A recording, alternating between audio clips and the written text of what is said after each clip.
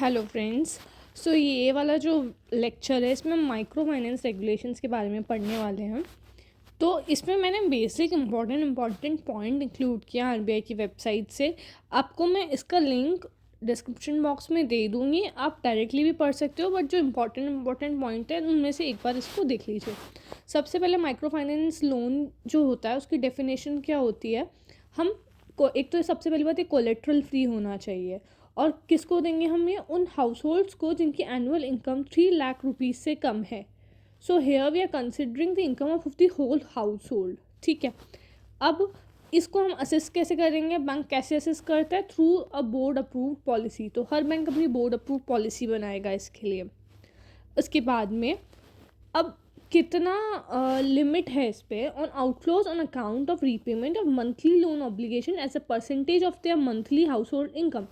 तो जितनी भी एग्जिस्टिंग लोन्स हैं उन सबकी पेमेंट्स मिला के ज़्यादा से ज़्यादा वो कितना रीपे कर सकते हैं? 50%। जब 50% से ज़्यादा होगा तो आप उसको नई लोन दे सकते हैं। ठीक है, मान लो उसकी मंथली हाउस होल्ड इनकम 5,000 रुपये है, तो 2,500 इतना लोन ले सकता है कि हर सारे लोन मिला के उसे 2,500 ही बढ़ने पड़े।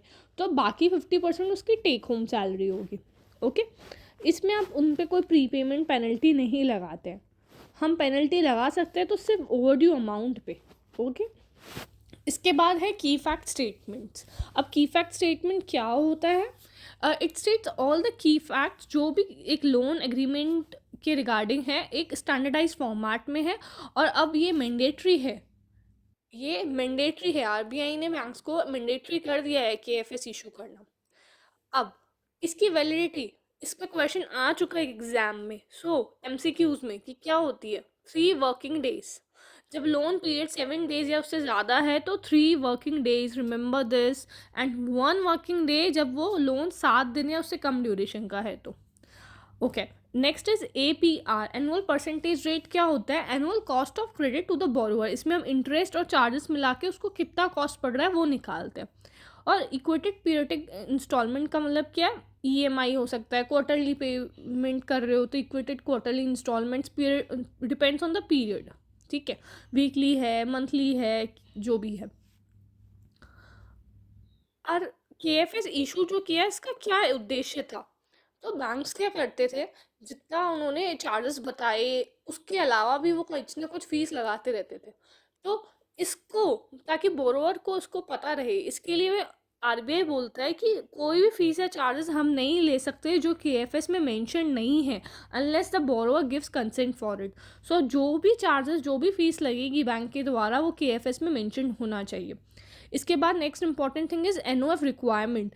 अब एग्जिस्टिंग एनबीएफसी एमएफआईज को क्या एनओएफ मेंटेन करना है? तो सबसे पहले तो 31 मार्च 2027 तक कितना करना है? 10 करोड़। अब उसके लिए ग्लाइड पाथ क्या है? अभी 5 करोड़ है, और 31 मार्च 2025 तक जो अभी आने वाली है उन्हें 7 करोड़ करना है।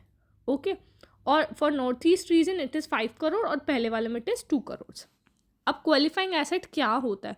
सी फ्रेंड्स, जैसे एक लोन के अंदर प्रायोरिटी सेक्टर लेंडिंग आपने पढ़ा होगा, बैंक्स जो करते हैं उसमें कुछ प्रायोरिटी सेक्टर्स होते हैं, उसको लोन दिया जाता है। उसी तरीके से माइक्रो फाइनेंस के केस में हमने कुछ एसेट को क्वालिफाइंग एसेट बोला है। अब ये क्यों बोला है इसको हम थोड़ा आगे पढ़ेंगे, पर पहले हम देख लेते हैं क्वालिफाइंग एसेट क्या होता है।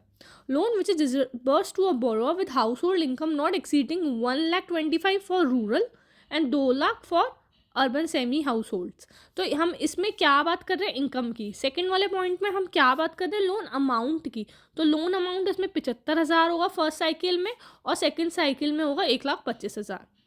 नाउ टोटल इंडेटनेस, जो बोरोवर ने टोटल उधारी ले रखी है, इसमें एजुकेशन और मेडिकल लोन शामिल नहीं है, वो कितना हो सकता है? 1,25,000। और ये होंगे मिनिमम 24 महीने, 2 साल के लिए, फॉर लोन्स एक्सीडिंग 30,000 रुपये। कोलेट्रल फ्री लोन्स होते हैं, कोई प्री पेमेंट पेनल्टी नहीं है, हमने पहले देख लिया था। And minimum 50% of aggregate amount of loan for income generation activities होना चाहिए। ऐसे नहीं आप बेटी की शादी के लिए उसको दहेज देने के लिए और वो सब कर रहे हो, no no, not for that, only for income generation activities. And then we have flexibility of repayment periodicity. अब ये कुछ भी हो सकता है, borrower's choice, weekly, fortnightly, monthly, whatever. And net assets have been defined as total asset other than cash, bank balances and money market instruments. Okay, इसके बाद में ये जो 45IA, 45IB, 45IC है, ये किसको नहीं करने हैं? उन NPOs को नहीं करने हैं जो कि माइक्रो फाइनेंस एक्टिविटी कर रही हैं, जो 100 करोड़ से नीचे हैं। जो ऊपर है, इसको ध्यान से पढ़िए, एग्जेम्पशंस हैव बीन विड्रॉन, मतलब एग्जेम्पशन नहीं है किन के लिए? जिनका एसेट 100 करोड़ है उससे ऊपर है। अब इंडिकेटिव मेथड देखिए, इंडिकेटिव मेथड क्या है? ये जो हमने ऊपर देखा था, हाउस होल्ड इनकम असेस हर बैंक करेगा, बोर्ड अप्रूव पॉलिसी होगी, तो उसमें क्या क्या लेगा, क्या क्या पैरामीटर्स होंगे? देखो, कितने कमाने वाले मेंबर हैं, कितने नहीं कमाने वाले मेंबर हैं, घर खुद का है, किराए पे है, availability of basic amenities, availability of other assets, and बाकी parameters like primary source of income क्या है उनका, नेचर ऑफ वर्क क्या है, फ्रीक्वेंसी क्या है उनके इनकम की, मंथ्स और days of employment over last 1 year, और खुद वो इनकम अपनी क्या रिपोर्ट कर रहे हैं, क्या बता रहे हैं, एंड एवरेज मंथली इनकम, और अदर सोर्सेज ऑफ इनकम भी, रेंट, पेंशन, वॉटेवर, उनको जिस जिस सोर्सेज से पैसा आ रहा है वो सब। Now the income asset assessment as above may be carried out for all earning members with respect to all sources. This is common thing. While assessing income of all members from all sources, it may be ensured that there is no double counting नहीं हो रही है। तो ये कुछ common चीज़ें हैं जो हमें ध्यान नज़र रखना है, इनका ध्यान रखना है। फिर इसके बाद में ये मंथली बेसिस पे आप कर सकते हो इनकम, जिस भी टेन्योर का आप चाहे वैसे कर सकते हैं। And parameters to capture household expenses है कि उसके फूड भी एक्सपेंस होगा, कुछ ट्रांसपोर्टेशन का होगा, ये सारे एक्सपेंसेस होंगे, और इरेगुलर एक्सपेंसेस उसके क्या रही हैं। तो ये सारी गाइडलाइंस हमने क्या पढ़ी माइक्रो फाइनेंस लोन से रिगार्डिंग, जो भी RBI की गाइडलाइंस है। सो फ्रेंड्स, मेरा यहाँ पे ये जो वीडियोस बनाने का उद्देश्य है वो ये है कि आपको कम से कम टाइम में ज़्यादा से ज़्यादा नॉलेज मिले, because I know most of you are working experience, so I value your time. That is why all the videos in my channel would be इधर in the form of shorts, या फिर जिन videos में explanation चाहिए भी वो 10 minutes के अंदर ही होगा।